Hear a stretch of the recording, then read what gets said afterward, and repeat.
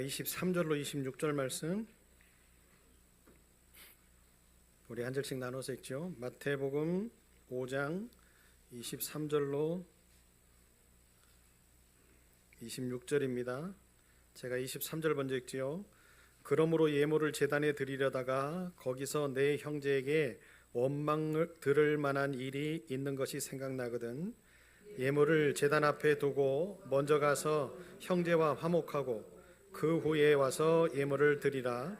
너를 고발하는 자와 함께 길에 있을 때에 급히 사와라.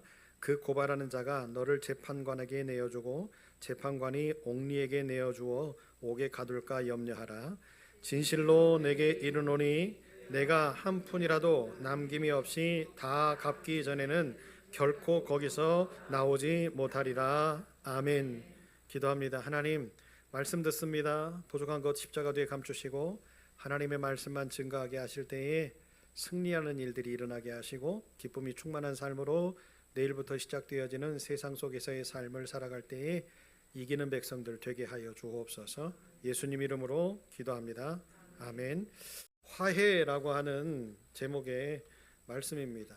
예수님을 영접하고 우리가 구주로 시인을 하고 고백하는 성도들의 모임이 교회잖아요. 그러죠? 그런데 여러분, 교회라고 하는 믿음의 공동체가 항상 평안하고 행복하고 기쁨이 넘치면 얼마나 좋겠습니까? 그런데 우리도 신앙생활을 해보셨잖아요. 그렇죠? 저도 어머니 뱃속에서부터 신앙생활을 해서 뱃속에 있을 때는 잘 몰랐어요. 그리고 또 어린 시절에도 잘 몰랐어요. 그러니까 제가 인식을 하게 되어지는 어른들이구나, 이게 예배구나, 이게 교회구나 라고 하는 것이 인식이 되어지는 나이대가 있었는데 그때가 아마 한 6살, 7살 때쯤 되었던 것 같아요.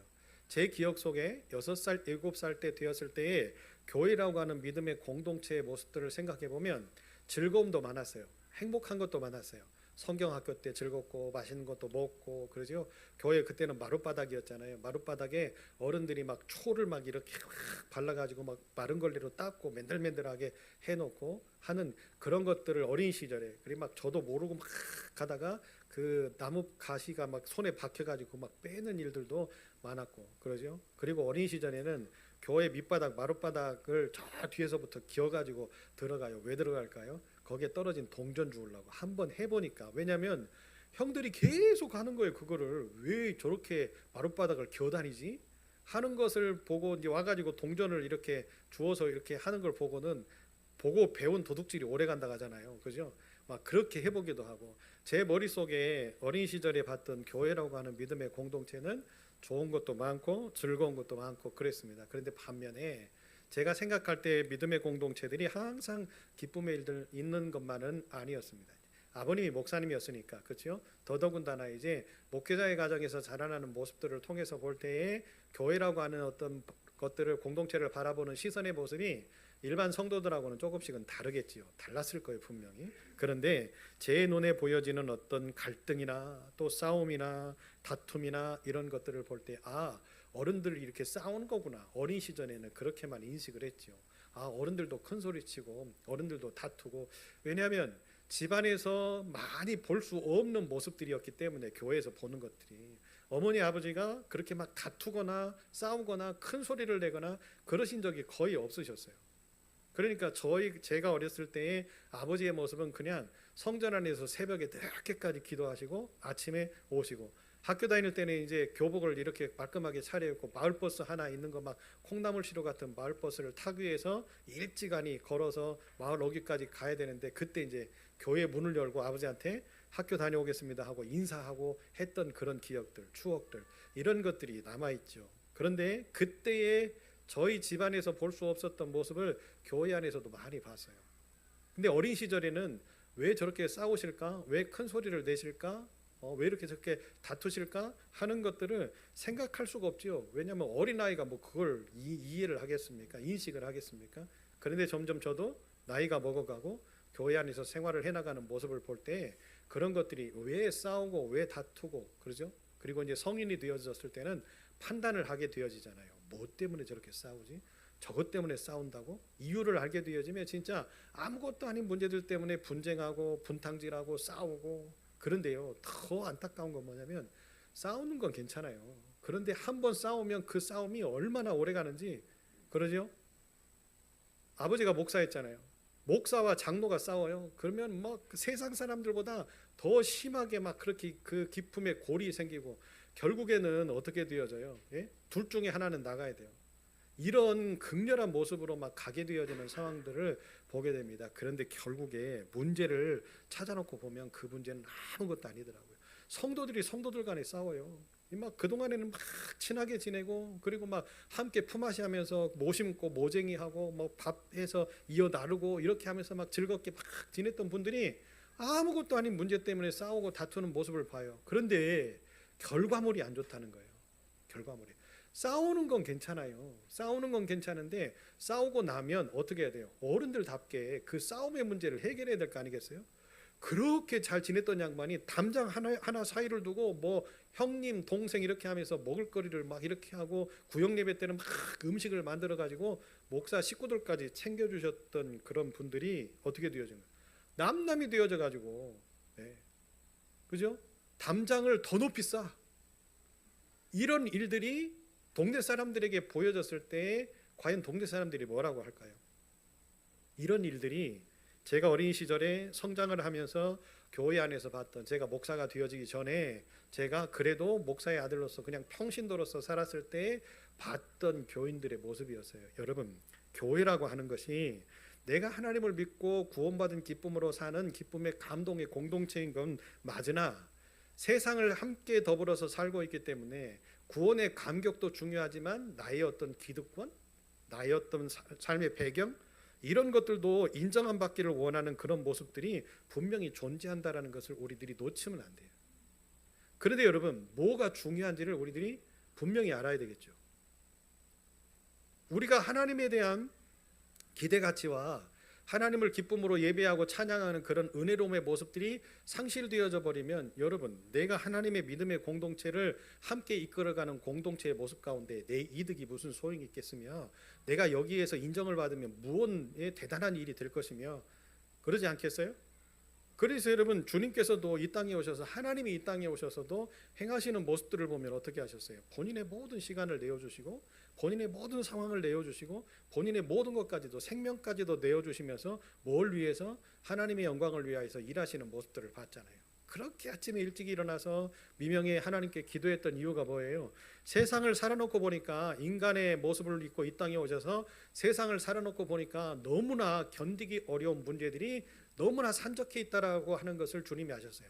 더더군다나 여러분, 인생을 30년을 사셨던, 지금으로 이야기하면 청년의 시대 아닙니까? 30세에 공생애를 시작했으니 세상을 바라보는 모습들이 얼마나 불이하고, 세상을 또 이끌어가는 지도자들의 그 모순된 모습들이 얼마나 안타깝고, 그러니까 막 혈기등등했던 30세의 청년의 인간의 모습을 입고 왔던 예수가 바라보아지는 어떤 신앙인의 모습들, 교회의 모습들, 공동체의 모습들, 이건 진짜로 말할 수 없는 탄식의 거리였을 거예요. 그러니까 오직 화가 나셨으면 그 바리새인들과 종교 지도자들을 향해서 주님이 욕지거리를 하시잖아요. 이 독사의 새끼들아. 그러죠? 그러니까 주님의 모습을 놓고 볼 때에 그 어떤 모든 상황이나 모든 형편들이 다 하나님의 뜻대로 이루어지냐? 아니라고 하는 것을 주님은 몸소 아셨어요. 그렇기 때문에 이 어려움을 이겨내고 그 시험에 들지 않게 되어지기 위해서 주님은 어떻게 하셨어요? 계속적으로 하나님의 뜻을 구하셨던 거예요. 기도하셔서 하나님께 묻고, 하나님께 은혜를 입고, 또 그 새벽의 미명에서부터 피곤한 몸을 이끌고 하루를 시작하셔서 저녁 늦은 시간까지 복음을 증거하시고, 어렵고 약하고 힘든 자들과 함께 하셨고, 병을 고치셨고, 죽어져가는 영혼을 살리셨고, 여러분, 그렇게 바쁘게 살아나가는 모습을 제자들이 따라다녔어요. 12명의 제자들이 따라다녔는데 12명의 제자들이 한 몸이었습니까? 한 뜻이었습니까? 한 생각이었어요? 같은 생각을 품었어요? 아니에요. 12명밖에 되어지지 않은 이 집합체가 뭐 하는 거예요? 누가 더 크냐? 누가 더 잘났냐? 이런 문제들 때문에 싸우잖아요. 그리고 예수님께서 분명히 특별하게 제자들을 사랑하셨던 베드로와 요한과 또 그 형제들을 사랑하는 그런 어떤 마음들이 있으시긴 했었어요. 왜냐하면 그들을 데리고 또 다른 일들을 행하셨기 때문에 그래요. 그러니까 또 다른 제자들이 저것들만 사랑한다고 이런 마음들이 있었을까요? 없었을까요? 여러분 생각에는요, 12명의 제자들 가운데에 다 은혜롭고 마음을 같이하고 협력하는 일들만 있었을까요? 아니면 다투고 싸우는 일들도 있었을까요? 여러분 말씀을 다 읽어보셨잖아요. 또 말씀을 배워보셨잖아요. 유추해 볼 때 여러분 어때요? 제자들은 하나였다? 아니면 제자들은 서로 사랑했다? 아멘을 안 하는 이유가 지금 다른 뭔가가 나오기를 지금 바라고 있는 거잖아요. 제자들도 싸웠다? 예? 제자들도 문제가 많았다? 아니, 하나님이신 예수님과 함께 공생애의 3년이라고 하는 시간을 지내면서도 그들이 어떻게 하는 거예요? 세상적인 욕망, 욕심, 아니 그렇게 아무것도 없이 굶기도 하고 저녁 늦은 시간까지 피곤에 찌들어서 살면서도 예수님께서 행하시는 기적의 주인공들이 될 수 있는 특권을 하나님이 주셨음에도 불구하고 그들은 어때요? 변하지 않았어요. 그러잖아요. 서로 다툼이 있고 싸움이 있고. 여러분, 예수님과 함께 하셨던 제자들의 모습들 가운데도 이런 모습들이 있는데 지금의 우리들의 모습들은 어떠겠어요? 지금의 교회들의 모습들은 어떠겠어요? 어떤 분이 저한테 그런 이야기를 한번 하더라고요. 다른 교회 신앙생활을 하시는 분인데 상담을 이렇게 저한테 요청을 하셔서 이야기를 하시는데 짧게 상담을 했어요. 상담을 했는데 뭐라고 이야기를 하시냐면, 목사님, 징글징글합니다. 이게 무슨 뜻이에요? 징글징글합니다. 뭐 때문에 징글징글할까요? 성탄절이 가까우니까 징글벨 하려다가 징글징글만 했을까요? 그러니까 본 교회를 섬기다가 지금 신앙생활을 하지 않고 있는 분이에요. 그러면서 이제 저한테 어떻게 전화번호를 알고 상담 전화를 해오시면서 이야기를 하시는데 그 짧은 순간에 이야기를 하시는 이야기의 대화 내용 속에 모든 게 포함되어 있는 거예요. 그리고는 그분이 한마디로 종결을 하더라고요. 목사님, 징글징글합니다. 이게 믿음의 공동체를 함께 살아왔던 사람의 입에서, 그리고 그것도 교회의 중직자의 역할을 감당했던 분의 입에서 나온 소리였어요. 가슴이 너무 아팠어요. 왜 징글징글했을까? 뭐 때문에 징글징글했을까? 여러분 알면서도 지금 모른 척하고 계시잖아요. 그죠? 뭐 때문이지? 뭐야? 이렇게 지금 그런 어떤 표정으로 지금 저를 속이고 계시고 여러분의 양심을 속이고 계시잖아요. 징글징글하다라고 하는 그 표현 가운데 여러분 그 표현 속에는 어마어마한 것들이 들어있을 거예요. 신앙생활을 그분이 중직자가 되어지고 연세가 60세가 넘었는데 그러면 신앙생활을 얼마나 해오셨겠어요? 한 교회 안에서. 그러죠? 그런데 어떤 문제인지는 제가 모르겠으나 왜 그래요? 말씀을 하시려고 하는데 제가 막았어요. 그 말씀은 안 하시는 게 좋겠습니다. 이미 저도 어느 정도 알고 있을 것 같긴 하니까 그 말씀은 하지 마시고 본인이 고민되시는 걸 이야기를 하셔라. 사랑하는 여러분, 교회가 무너지는 것은 한순간이고요, 우리의 신앙이 무너지는 것도 한순간입니다. 그러나 이것이 무너짐으로부터 그쳐져 버리면 그 무너짐의 깊이는 더 깊어지게 되어 있어요. 무너져가는 그 순간 그 무너짐의 원인을 찾고 그 원인을 찾아서 해결을 하면 그 무너짐의 순간의 모습이 그쳐지겠죠. 그러면 그 다음부터는 어떤 일이 벌어질까요? 계속적으로 무너지는 일이 그쳐지면 이제 다시금 그 무너짐의 깊이에서 헤어나올 수 있는 시작이 되겠죠. 출발점이 되어지는 거예요. 그것을 깨닫는 순간이 누구의 잘못이든지 나의 잘못이든지 그게 중요한 게 아니라 그걸 인식하고 깨닫는 거예요. 아, 이것은 영을 죽이는 거구나. 아, 이거는 우리의 공동체를 파괴하는 거구나 라고 하는 생각으로 깨달음을 가지고 순종하는 마음들을 가지면서 그 무너짐을 끝낼 때에 그때에서 비로소 하나님은 일하기 시작하시는 거죠. 여러분, 그 무너짐의 깊이가 깊으면 깊을수록 헤어나올 수 있는 시간도 많이 걸린다라고 하는 것을 우리는 인식하셔야 됩니다. 하나님의 성품 가운데 화해라고 하는 성품을 우리가 오늘 말씀을 통해서 들어야 될 텐데, 이 화해라고 하는 성품 가운데에 전제해야 될 조건이 두 가지가 있어요. 그 첫 번째는 뭐냐면 미움이라고 하는 감정을 잘 조절해야 된다라고 하는 겁니다. 왜냐하면 싸움이라고 하는 것은요, 다른 곳에서부터 시작되지 않아요. 미움이라고 하는 이 감정에서부터 시작이 되어집니다. 여러분, 미움이라고 하는 것이 왜 시작이 되어질까요? 안나 집사님, 완준 집사님이 미울 때 왜 미워요? 내 기준점에 밖의 언어를 한다든지 행동을 한다든지 할 때 밉잖아요. 안 미워요? 안 믿구나 둘이. 아직도 신혼인가? 에? 아니 완준 집사님 고개 들어봐요. 에? 고개 들어봐. 안나 집사님이 미울 때 왜 미워요? 맞을까봐 말을 못해? 에? 여러분 밉다라고 하는 기준이 뭐죠? 밉다라고 하는 기준이 뭐예요? 내 생각과 다르고 내가 판단하는 것과 다르고 그러죠? 여러분 미움이라고 하는 건요 간단합니다. 내 기준에서 생각되어지는 것이 시작이 되어져서 이렇게 공동체의 모습을 내 기준으로 판단하게 되어질 때 내 기준대로 따라가지 않는 사람은 미운 거예요. 그게 미움이거든요. 그런데 이 미움이라고 하는 것이 결말을 맺게 되어지는데 어떤 결말을 맺게 되어지는지 성경은 어마어마하게 무서운 이야기를 우리에게 들려줍니다. 우리가 너무나 잘 아는 사건이지요. 가인과 아벨의 이야기입니다. 이들은 형제였습니다. 그리고 장성에서 살아갈 동안에 이들이 자기들의 직업을 얻을 정도로의 삶을 살 정도로 형제의 우애가 좋았습니다. 행복하게 살았지요. 믿음 안에서 자랐어요. 왜? 뭘 보면 알 수 있습니까? 그들이 하나님 앞에 제사를 드리는 모습을 보면 이들도 믿음 안에서 살았어요.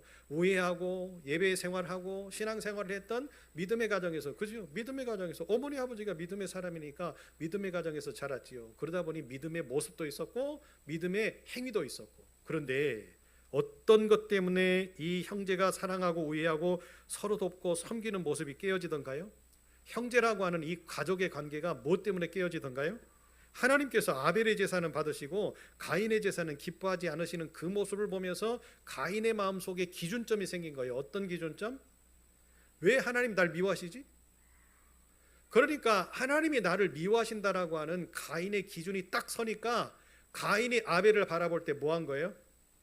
내 동생인데, 내가 사랑했던 동생이고 지금까지 같이 형제처럼 아름답게 살았고 어머니 아버지 그늘 아래에서 열심히 살았고 각기 직업은 다르지만 최선을 다해서 살았던 내 동생이 밉게 보이는 거예요. 저 녀석 또 하나님 앞에 또 어떻게 한 거 아니야? 그러니까 하나님이 저 녀석의 제사는 받으시고 내 제사는 받지 않으시는데 점점 미움이 깊어져 가기 시작하는 거예요. 미움이 깊어져 가니까 뭐가 생길까요? 이제 갈등이 생기기 시작하네요. 왜 그래요? 미우니까 평상시에 했던 말이 이제 어떻게 들려요? 곱깝게 들리고, 그렇죠? 또 마치 너 하나님 앞에 뭐 했지? 하나님한테 너 뭐 갖다 줬지? 이런 어떤 의심의 모습으로 생기게 되어지고, 아니라니까 형 그렇지 않아. 아니긴 뭐하냐 임마. 이렇게 변질되어지기 시작하고, 그러죠?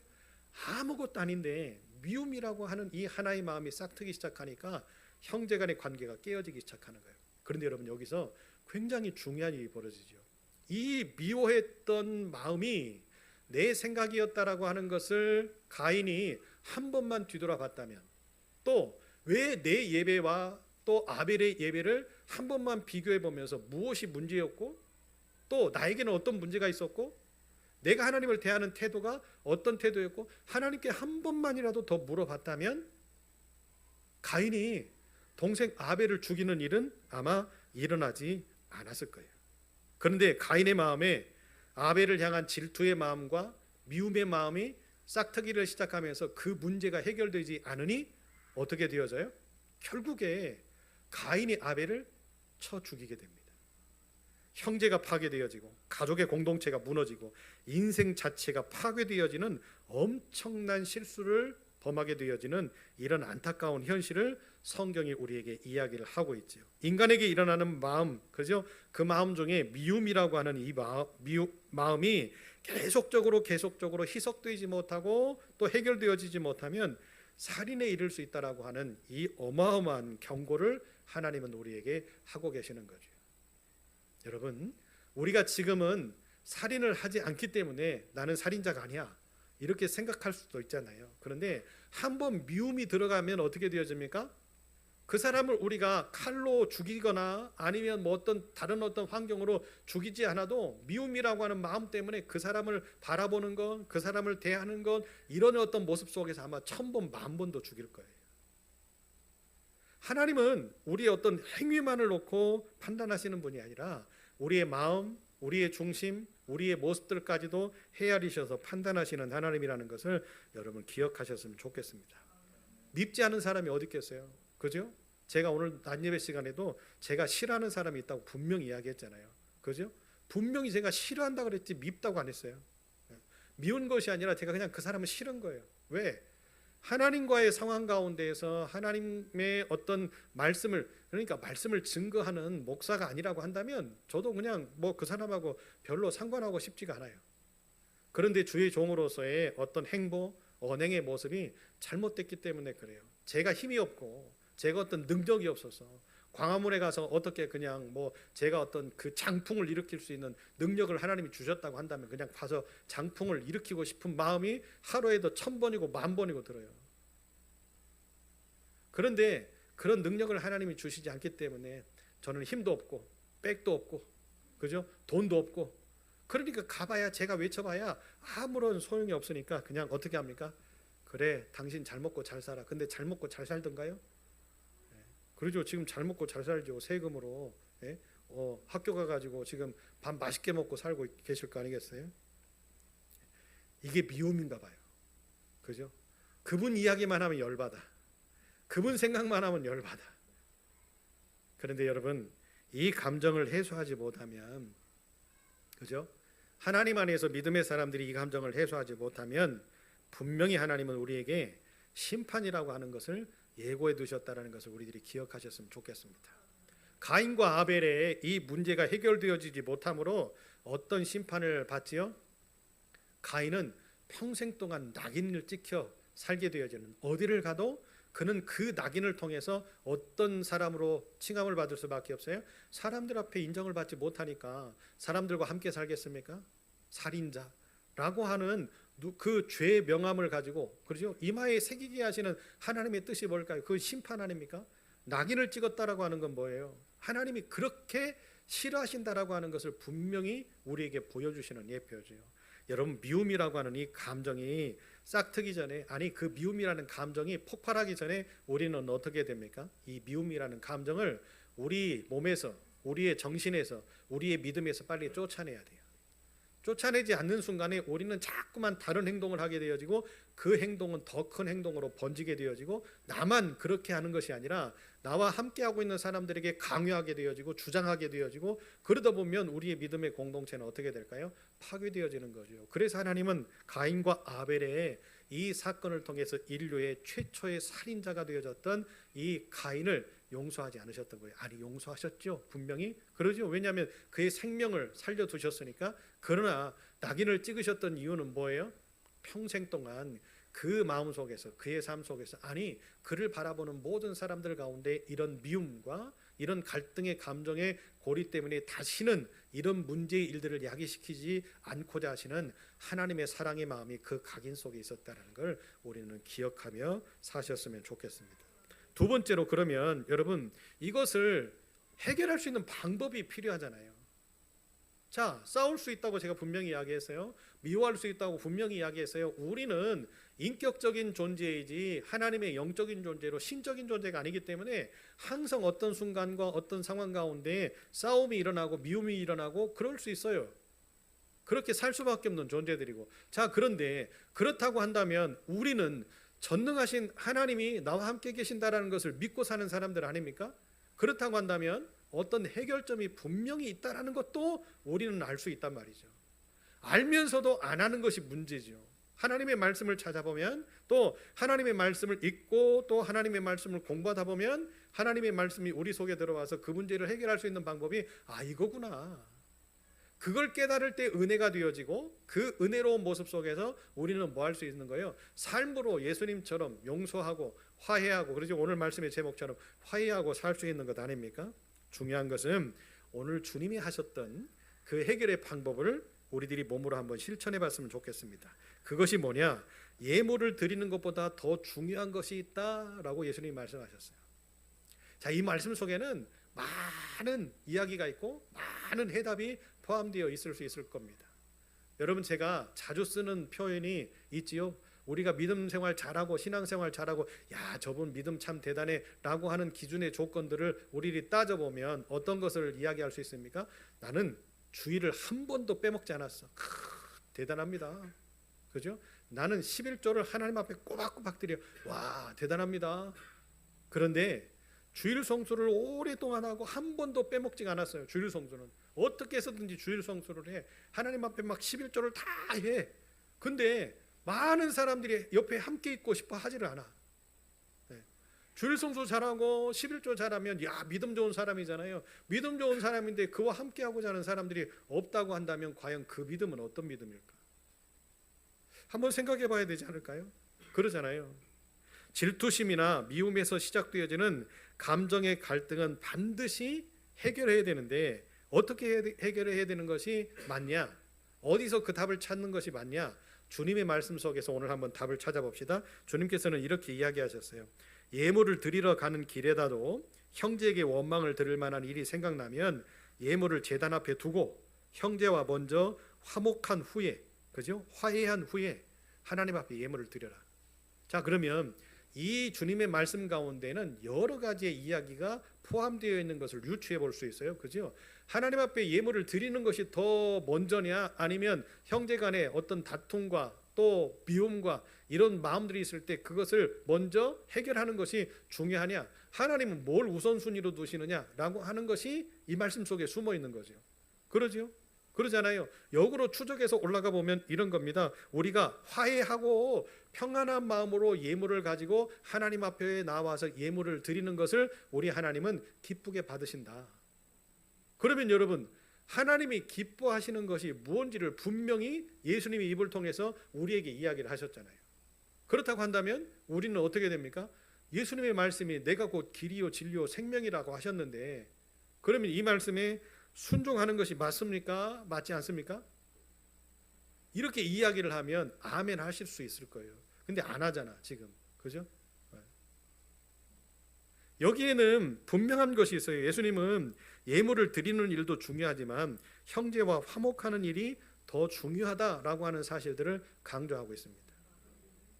목사도요, 가정을 이루면서 살기 때문에 뭐 가정을 이루면서 사모하고 안 싸우겠어요?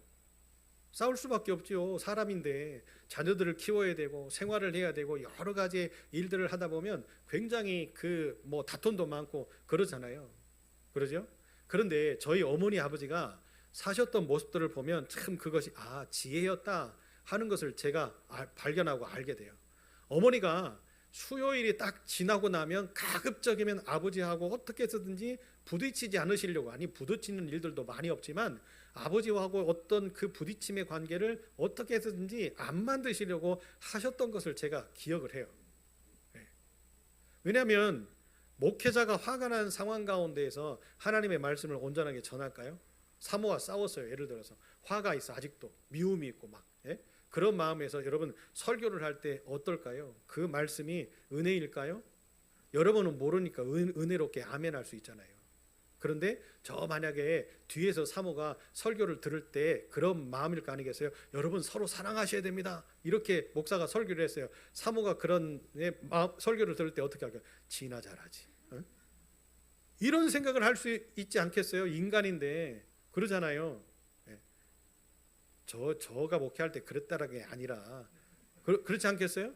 그러면 하나님의 말씀을 들으면서 모두가 다 은혜롭고 모두가 다 기쁘고 모두가 다 행복하면서 우리의 문제를 해결하고 또 회개하고 그러면서 우리가 하나님의 말씀을 듣고 회복하는 건데, 그 말씀을 듣는 누군가의 한 사람이 실족하고 누군가의 한 사람이 무너지고 누군가의 한 사람이 하나님의 말씀 속 깊이 들어가지 못해서 은혜롭지 못하다고 한다면, 그죠? 이거는 엄청난 사건 아닙니까? 그렇기 때문에 목회자가 굉장히 예민한 때가 하나님의 말씀을 증거하려고 서는 때이라고 하는 것을 어머니는 아시고 아버지와의 어떤 그런 충돌을 피하셨던 것을 제가 기억을 해요. 근데 지금은 이제 은퇴하셨으니까 아버지가 이제 연세가 많고 이렇게 하니까 그냥 투닥투닥 다투시고 싸우시면 저한테 전화하셔서 가까이에 있으니까 뭐 순대가 먹고 싶다 이럴 때는 싸우신 거예요. 또 아버지가 또 뭐 야 아들아 이것이 먹고 싶은데 왜냐면 어머니가 안 해주시니까, 그러니까 뭐 하는 거예요? 싸우셨구나. 또 투닥투닥 하셨구나. 그런데도 또 그냥 둘밖에 없으시니까 그래도 행복하게 사시는 모습들을 보는데, 사랑하는 여러분, 아무것도 아니고 아무런 그 문제가 아닌데 그것이 마치 큰 것처럼 부각되어지고 이렇게 만들어지면서 우리를 갈등의 고리를 빚게 만들고 그런 모습들 가운데서 나를 사로잡게 만드는 원인이 뭘까요? 우리가 말씀 속에 서지 못하기 때문에. 말씀 속에 서지 못하면요, 은혜라고 하는 것이 상실되어지잖아요. 우리는 상실될 수가 없어요. 은혜가. 왜? 이은혜 집사님 계시니까 우리 교회는 은혜가 상실될 수가 없는 거예요. 다른 교회로 가기 전에 우리 교회는 항상 은혜가 넘치는 거죠. 충만하고. 한 명만 더 왔으면 좋겠는데, 김은혜나 뭐 박은혜나 어디 은혜의 이름을 가진 분을 전도하시는 분은 상을 좀 드렸으면 좋겠는데, 왜냐하면 이 은혜만 가지고는 안 될 것 같아요. 3은혜, 4은혜 정도는 있어야 우리 교회가 좀 평안할 것 같은데, 할 수 있거든. 너희로는 모든 사람과 더불어서 화목하라. 로마서 12장에 우리에게 이야기를 하고 계시죠. 잘 생각하셔야 돼요. 여러분, 왜 말씀의 구석구석에 하나님은 이렇게 이야기를 하시고 또 사도 바울은 수많은 교회를 세우고 수많은 믿음의 사람들을 양육하고 훈련시키고 믿음의 종들을 배출해냈는데 그 모든 사람들을 대상으로 편지를 쓰고 그들을 권면할 때 이런 내용의 글귀를 왜 썼을까? 하나님의 말씀을 들었고 배웠고 훈련받는 사람들의 모습들 가운데도 화목하지 못하게 되어지는 일들이 많구나 라고 하는 것을 우리들이 기억하셔야 되는 거예요. 화목하다라고 하는 것은 뭡니까? 싸움과 다툼이 없이 조화를 이루는 상태가 화목이잖아요. 아멘. 화목하다라고 하는 것은 싸움과 다툼이 없이 조화를 이루는 상태. 여러분, 고린도 교회나 모든 교회들 초대교회에 우리가 말씀을 들어보면 어떻게 합니까? 그들이 뭐 때문에 싸우던가요? 나는 누구파 누구에게서부터 내가 말씀을 들었기 때문에 니네들이 하는 것은 잘못될 수도 있어. 이거는 하나님의 복음을 놓고 이제 그들이 뭐 하는 거예요? 기득권의 문제를 놓고 교회 안에 누가 중심을 이루느냐 이런 문제를 놓고, 그리고 이방인들 가운데에서 이제 예수 믿고 구원받은 이방 그리스도인들과 또 헬라파에나 아니면 그 예전부터 믿었던 그죠? 이스라엘의 그 계열의 그리스도인들이나 이 사람들이 또 뭐 때문에 싸워요? 하나님 앞에 예배를 드리고 하나님을 섬기면서 뭘 먹냐, 먹어야 되냐, 이걸 말아야 되냐, 이것 때문에 싸우는 웃지 못할 이런 일들이 초대교회 안에서도 일어났잖아요. 그렇지 않습니까? 우리는 그런 것 때문에 싸우지는 않잖아요. 그러니까 여러분 보세요. 초대교회에 그 뜨거운 성령에 충만했던 사람들의 모임 가운데도 이런 다툼들이 있었다라고 하는 것을 바울은 알고, 그죠? 신앙적인 기초적인 어떤 그 초심자들이라고 한다면 이해할 수 있죠.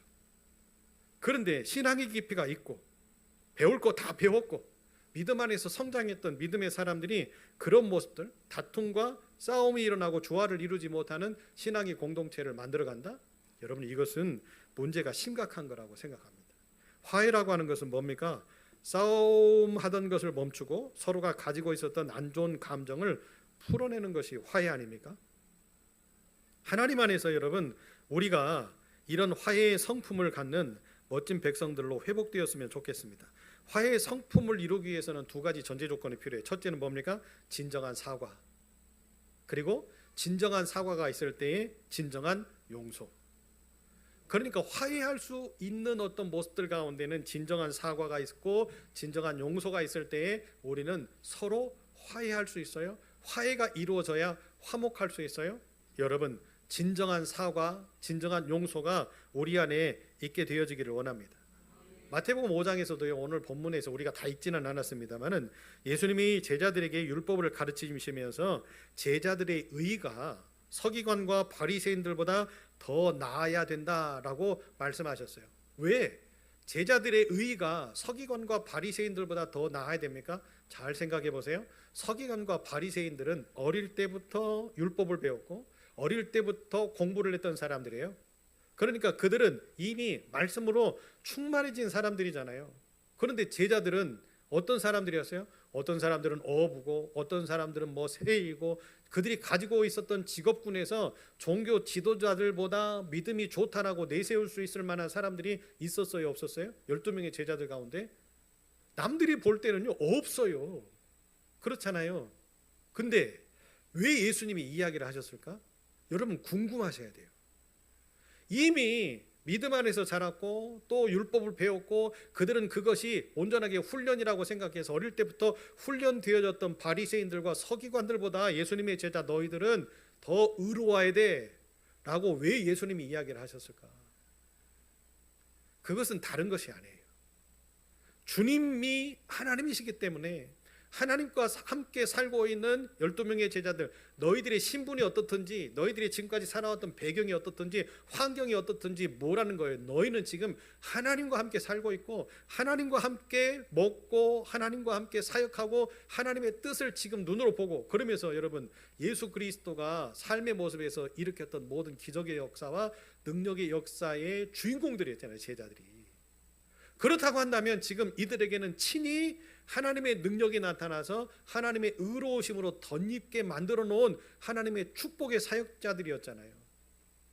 그런데 그런 사람들이 율법을 배웠던 바리새인들과 종교 지도자들과 똑같은 모습이고 똑같은 레벨이라고 한다면 예수님을 따라갈 이유가 뭐가 있어요? 다시 설명하면 이런 겁니다.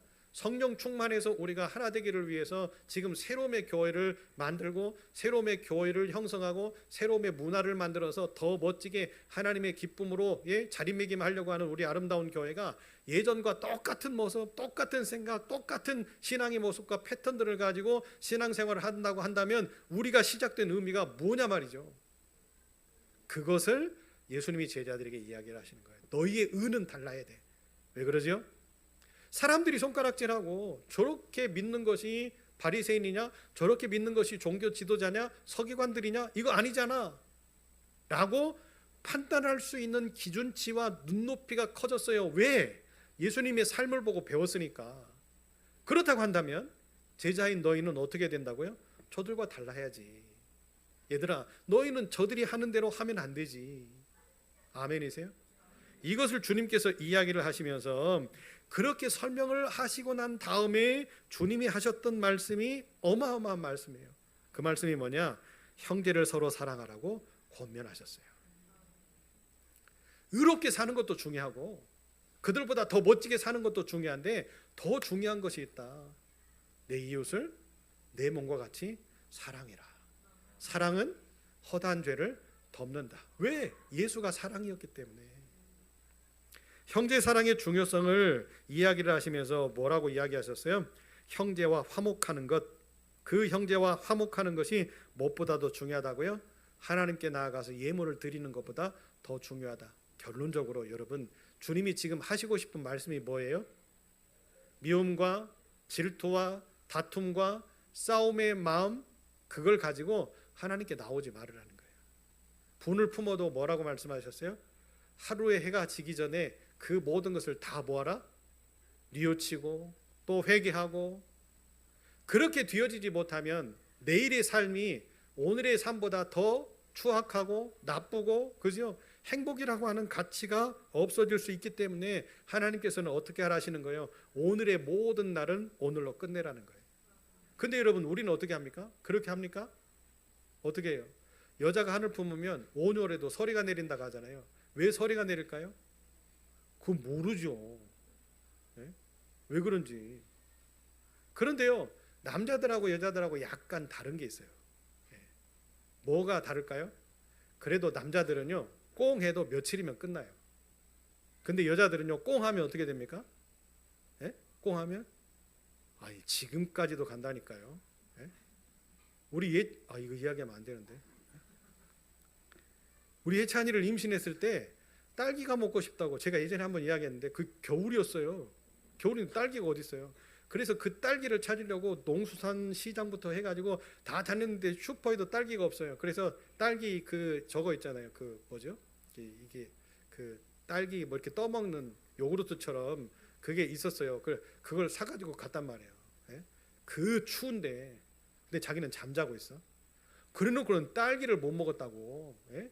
다른 사람들한테 내가 임신했을 때 딸기가 먹고 싶은데 딸기를 안 사준 양반이 저 양반이라고 그 이야기를 지금도 해요. 예?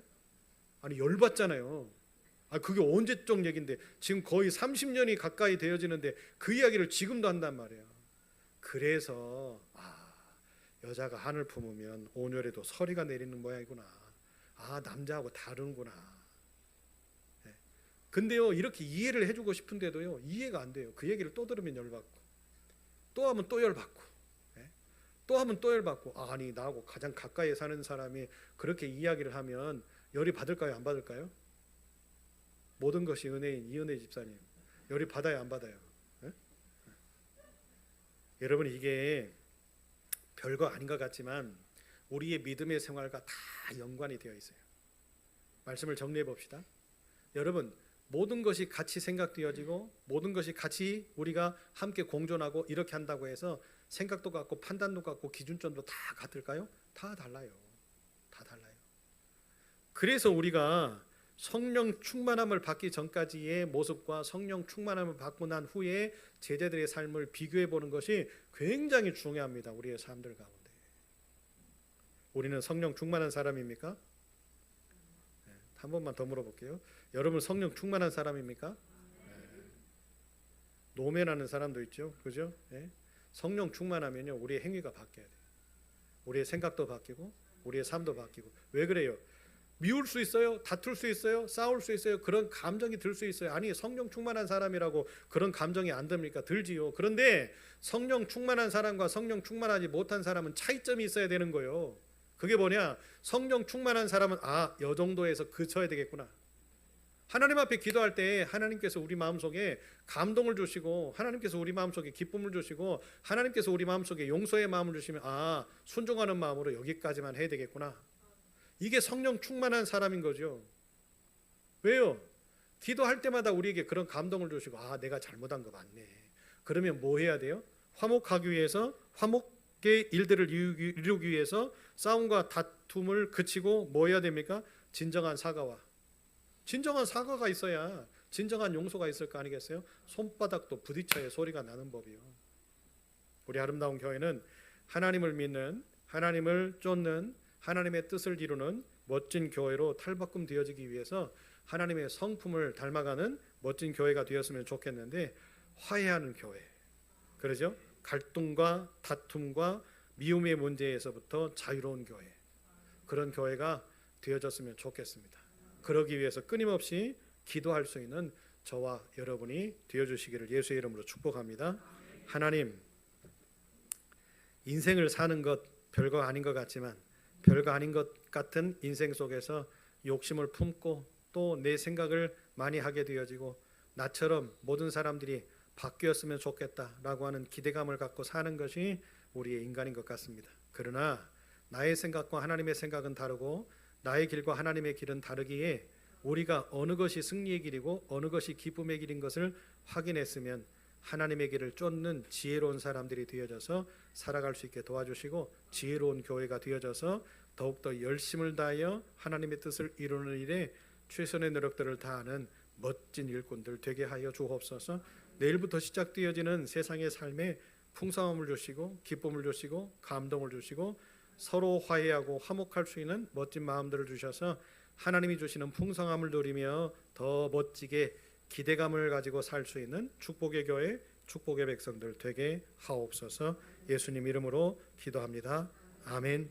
이제는 우리 주 예수 그리스도의 은혜와 하나님 아버지 그 만극하신 사랑과 성령님의 감동하심과 교통하심이 화해의 마음을 주실 때에 기도하여 엎드려 하나님이 여기까지 말씀하실 때 순종하며 이제 진정한 사과와 진정한 용서를 통하여 하나님의 뜻을 회복하여 더 멋진 미래를 향해 달려가는 우리 아름다운 교회와 아름다운 교회 모든 식구들의 머리 위에 이제로부터 영원토록 함께 하옵시기를 간절히 축원하옵나이다. 아멘.